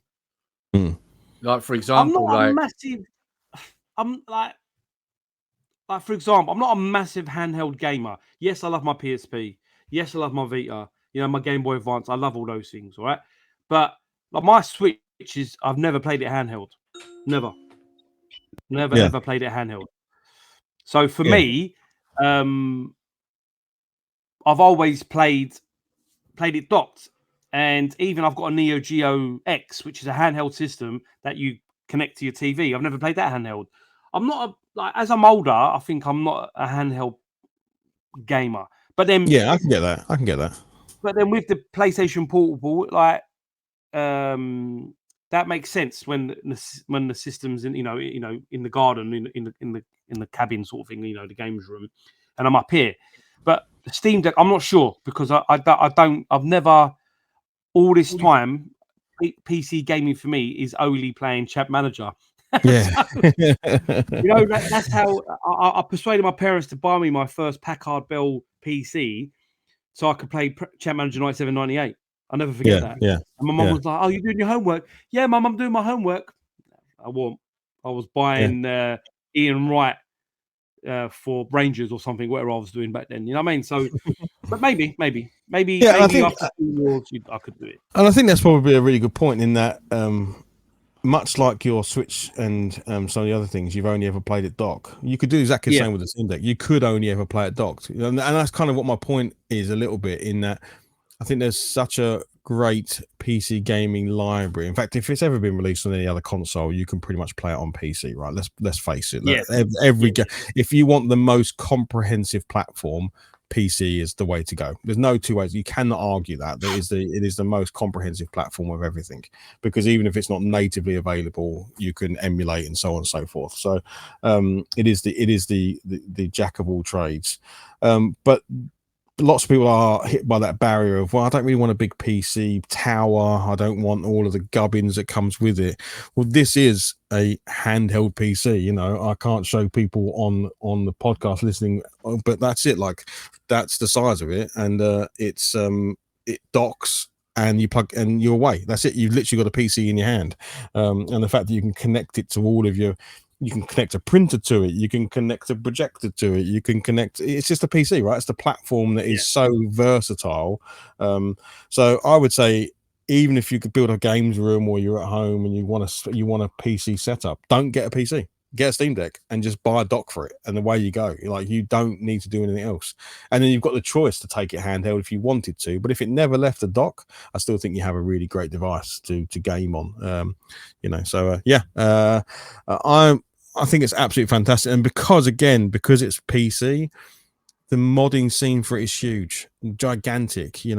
Just because it's a Steam Deck, you still can run GOG, BattleNet, the Xbox Battle, the Game Pass. You can even do PlayStation Remote Play. You can do everything on it because it's ultimately a PC, right? So it's not because it's made by Steam.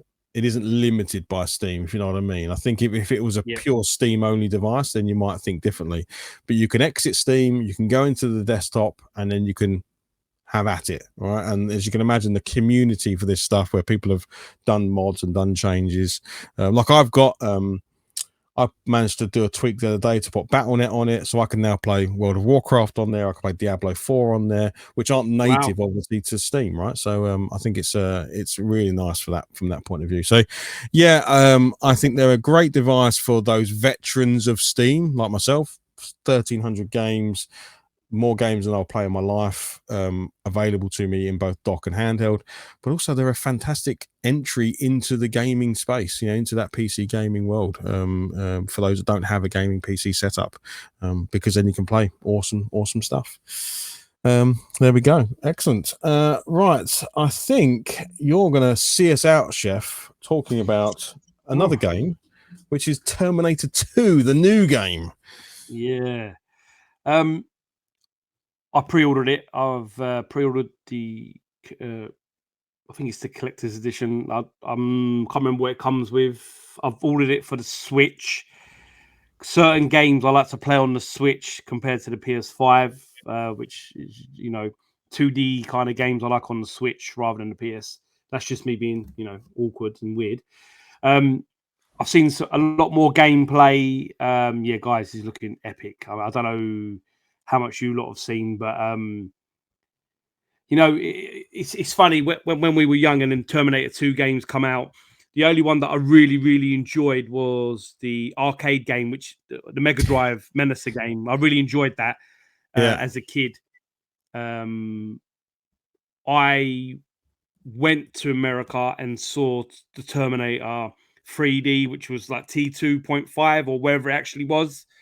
You can actually watch it on YouTube now because it's kind of a continuation of Terminator 2 story with T1000 and T800, obviously Arnie and Robert Patrick, yeah, Robert Patrick, yeah, I think so.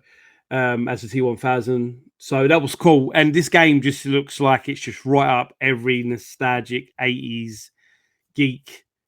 It looks great. And I really can't wait. We ain't got long now. I think it's September. I think it comes out in September, gets released. I bought it through Amazon, actually. That's where I found the link for the special edition. I think it's a special or Cyber something edition, whatever it's called, collector's edition. And I don't know what you guys think. I mean, I've just seen some great stuff and it just looks awesome. I don't know what you lot think of it. Yeah, it looks great. It reminds me of a classic Mega Drive when you look at the style of graphics. Looks really good.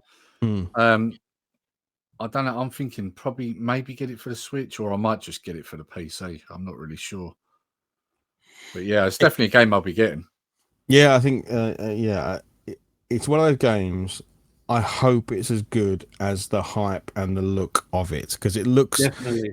You just have that that worry in the back of my head. We think so highly of the Terminator franchise, both Terminator 1 and 2. Not so much the others, but certainly the first two movies are up there in the echelons of movies for us, right? They are amazing. And the game looks visually fantastic. It looks on the money. It looks exactly how I think it should be done. It's just, has it got the gameplay? Does it, had they picked the best bits of the game to show it? Like, that's because there are some things that are obviously difficult to do, right?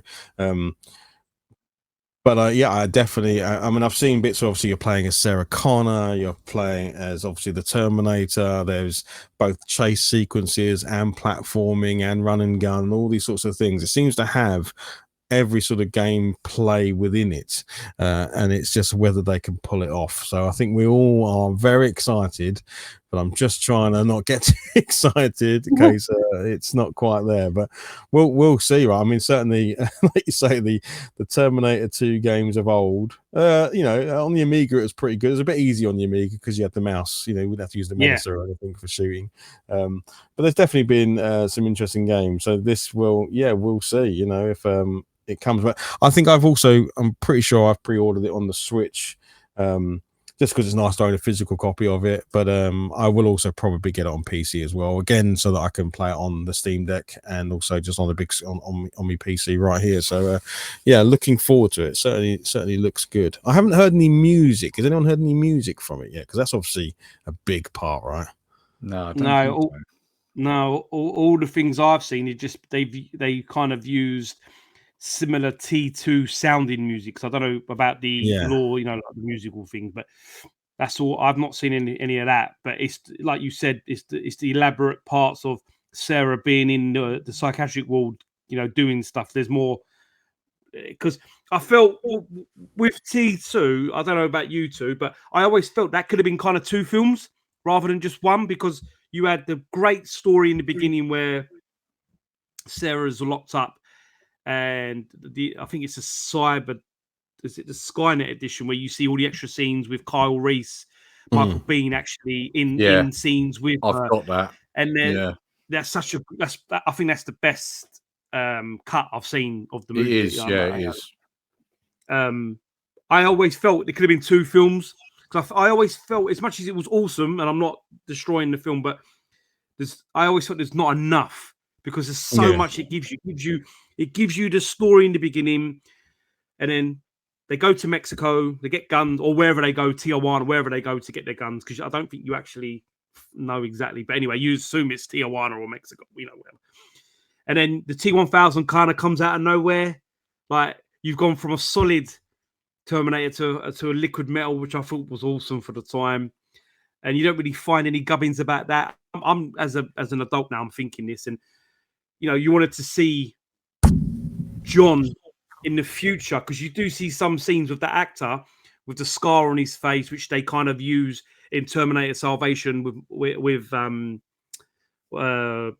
I'm gonna say Batman, Christian Bale. So there's lots of things I wish they did, and hopefully we get to see some of that in this game. If they kind of elaborate, stretch things out a little bit more, because how cool would it have been to see them actually catch a T-800 Arnie and reprogram it? Can you imagine actually watching that on TV? How cool! You never know. You might see that in the game. Yeah, you never know. You might do. But can you imagine actually, that'd be so cool to watch, and just how they did it as well, how they would have done it. It would have been cool, and actually seeing a T-1000 made properly, and just all of that kind of stuff. Because you heard, if I remember, they broke into Skynet and they sent the T-800, or am I wrong? Did they already have a time machine? I can't remember now exactly. Did they break in to send him? Or So did they actually at the end of the first film, after they've beaten Skynet, Skynet has already sent a Terminator back. They then send Kyle Reese, right? So I'm assuming that you're probably meant to think when the timeline changes, they now send Arnold Schwarzenegger's T-800 through instead. That's what I'm assuming. Because don't forget, every time one of them films happens, the timeline changes. Yes, that's another thing in the future. So my guess is that after we know after Skynet was beaten, they sent back a Terminator and he sent Kyle Reese, right? So my guess is when the timeline changed at the end of, instead they send Arnold Schwarzenegger's T-800 back instead of maybe Kyle Reese. So but it's interesting, and like it's a great franchise. I've watched. Well, I think we've all watched all the films, and they're not been the greatest. They've all pulled on the Arnie side. I mean, Terminator Genesis, they used Arnie. Obviously, they've used him in everything, really, haven't they? I liked Salvation in terms of, because you got to see that side of the world. You got to see, but not the world you expected, because obviously the timeline changed. So that's why it looks different. And then John Connor's like a no one, kind of in that. He's not in charge. The timeline changed. But it's interesting because you don't get to see that world. I think the only time I've ever seen it, you see it in T2, but I remember in the TV show, right at the end, I think John goes to the future. I think there's something happens there, but then that TV show wasn't the best. I don't think the Sarah Connor Chronicles. Yes. Well, that kind of, if I remember right, that kind of messed with the lore of it quite a bit, didn't it? I don't think it really fit in with the films. It didn't, which was a shame, because I quite liked it for the idea of it and how it was, and But anyway, Well, I hope they, like I say, I think visually it looks great. It looks to be following the storyline of the film, obviously, and it looks like you swap between characters and stuff, which is really cool. The thing that I would love to see is if they nail the sound and the music, because again, even the guns have a very specific sound to them when it's hitting his body and stuff like that. You know, when he gets shot and stuff like that, you hear the thudding where it's hitting him underneath. And it's a bit like Aliens in that an Alien game is really good if you can nail the sound of a pulse rifle, and that's often what it is, right? You have to really get the 10 out of 10. You need to think of those things as well. You know, we can all do a machine gun sound for a gun, but a pulse rifle doesn't sound like a machine gun in an Alien movie, right? And I think the motion sensor. Exactly. Yeah, those little things. It's those little things, and I can remember obviously in Terminator 2, like when he's running to the lift and he's kind of blocking all the shots from hitting Sarah and John Connor, and the guy shooting him in the back. It makes a really distinct like thud noise as it's hitting him in the back, right? Yeah. It doesn't sound, and it's those little things that I think true lovers of the films and that will recognize, and if they hear that sort of stuff in the game, I think that will pump it up from that sort of, you know, is it an 8 or 9 or is it a 10 out of 10 game, because they've really thought about everything. And also the music. I mean, the music is iconic. You cannot. I want to hear use the music. I want to hear Guns N' Roses, You Could Be Mine. That's what I want to hear in it. Like, or even if they don't do that, a little nod. You know the bit when he's walking along the corridor in the film and he drops the box of roses and takes the shotgun out, you know, roses, like, they need to have that in there somewhere, surely. Yeah, exactly. And I think that's the problem. That's the difference between sort of fans and where we think, and then the actual ability to deliver on some of that stuff is much, much harder. But hey, I think we'll all take it. So let's see where it goes. Like you say, September time for release, right? So not long, really, not long now. It's gone quick, hasn't it? Yeah, it's gone quick. Yeah, it has. Yeah, definitely. Right. Let's draw ourselves to a close then. So, Chef, what are you up to apart from making mash and potato, sausages and mash and cupcakes? What else are you doing in your microwaving world? Yeah, microwave chef Mike, the Michelin chef. So obviously I finish next Friday, the 4th of July. So May the 4th and all that jazz. And I'm finished for my summer holidays, shall we say. So I've got Swap Shop this weekend, which is good. Got some great guys on it. So I'm looking forward to it tomorrow. Obviously, Scott was on it, but he's pulled out because obviously he's going to London Gaming Market. But you've got a great crowd, some new and old all old faces. Sorry, I'm trying to think. Kevin Wolford 123's on it. I don't think he's been on before. Another great YouTuber, Kevin Wolford 123. If you've not listened to him before or watched him, so yeah, we've got that tomorrow, which is going to be good. I'm just trying to catch up on rest, I guess, after the 4th and bits in. I don't know. Really, I'm not quite sure. Mind you put me on the spot. Just chilling out, relaxing, a bit of golfing, I guess, because the weather's been like crazy over here. Just that's playing games, trying to finish Assassin's Creed Shadows because I'm just taking my sweet time with that game. Bloody hell. Nice. But we might get some chef content over the break then. If you're off for a few weeks, you might get a bit of maybe a pickups video or something, maybe. Or there is a video to be made, and the amount of stuff I've got, it's a joke. It's a joke. There's a box. There's 2 big crates. I've got 2 big crates full of stuff. I've got to show off what I got from you guys from Christmas, like officially, properly, because Condor Man needs to be shown on the Chef channel properly. Absolutely. Yeah. All right. And there's other things I've got, like, you know, I picked up recently. I got Assassin's Creed again. Assassin's Creed Odyssey Medusa statue. Oh, the beauty of it. I picked up loads of stuff. So I guess I could possibly make a video. Maybe. Nerdy Geezer, what about yourself? So I've also got quite a lot of pickups, actually. It's funny, actually, because I kind of started the month like not trying to buy too much, but then things are sort of like falling into my lap, and I'm like, yeah, I've got to get that at that price, and so I've ended up with loads.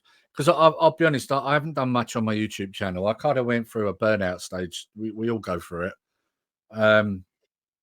Yeah, YouTube just seems really broken at the moment. It's hard to explain, but I don't know. Something don't seem right with it. Since I started doing shorts on my channel, it seems to have done something to my channel where shorts are getting regular views, right? But my long form videos aren't. And as a result, I got to a point where I was like, why am I even bothering? Like, and suffering with a bit of burnout. So I was like, right, let's take some time off, because you never want to do a video when you feel that way, because it ultimately will come out and it'll be terrible. So I haven't really done a video for like a month, but I've got that pickups video, maybe 2, because of the amount of stuff I got. But I am also working on another video. I don't want to give away what that is, because I'm still working on it. I don't quite know how that's going to go yet. But also, I should add that I'm on TikTok, because I keep forgetting to mention that, really, and I should really tell people, because I decided, rather than putting shorts on YouTube, I'm going to put them on TikTok, because it clearly doesn't work on YouTube, but it does work on TikTok. So yeah, I'm over there. And the good thing, unlike YouTube, I can do everything I enjoy on my one TikTok, and it's fine. Whereas if you try and do that on YouTube, it doesn't quite work that way, does it? So yeah, No. It's where the youth are. So he's after that youth audience, the youth audience over on TikTok. I kind of get a mixture, if I'm honest. Like over on TikTok, like you'd be surprised how many Gen Xers are over there. You'd be really surprised. So, but yeah, it just seems that where YouTube has tried to compete with TikTok, they've kind of broke their own platform. That's how it feels, anyway. So yeah. I do. Nice one. Well, for myself, obviously, everything YouTube took a bit of a hiatus for the past few weeks, so I think I haven't done a Monday Night Retro for quite some time. That could be 3-4 weeks since I've done a Monday Night Retro, so that definitely will make a return, because Monday Night Retro is just something that I enjoy doing, because it allows me to take a Monday night and just play some video games. So I'll definitely be doing that.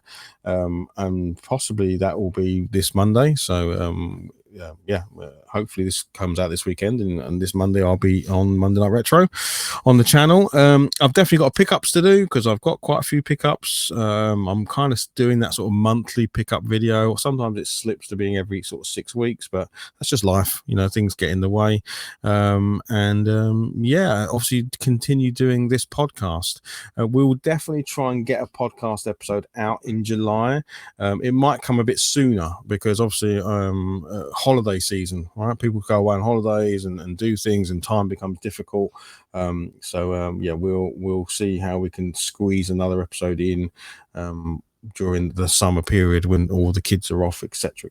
So keep an eye on all of our channels. I'll put links below, and to anyone we've mentioned, I'll put below. We will see you on the next one. This has been a very great episode. Any last words from anybody? No. Okay. I think anyway. All right. Well then, wear your helmet. Wear your bloody helmet. Yes. Absolutely right. Yeah. Don't watch illegal downloads.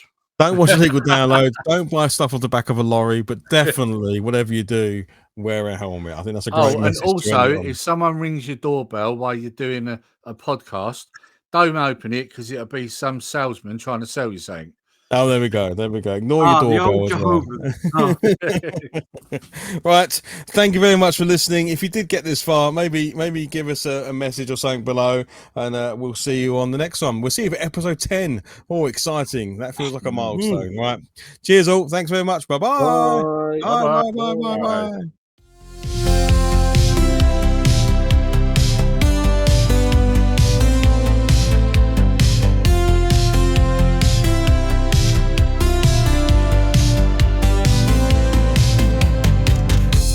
Joystick and let's explore pixel worlds behind that door. Dice are rolling, the board begins. Nerdy vibes for the wins. It's Geek Bait World.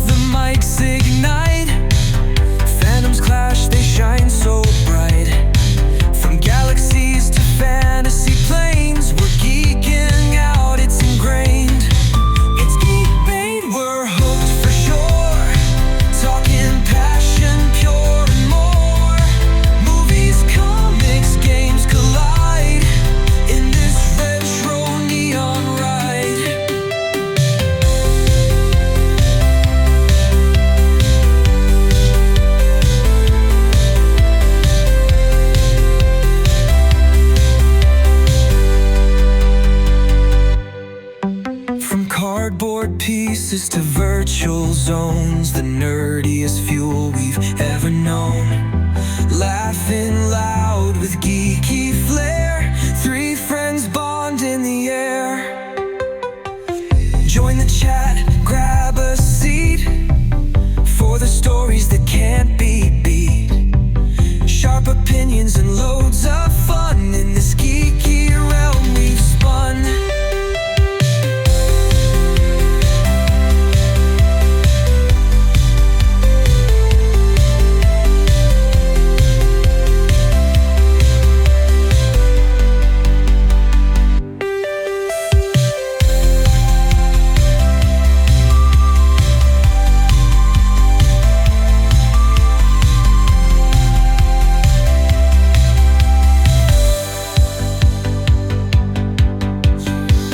Join the chat, grab a seat for the stories that can't be beat. Sharp opinions and loads of fun in this geeky realm we've spun.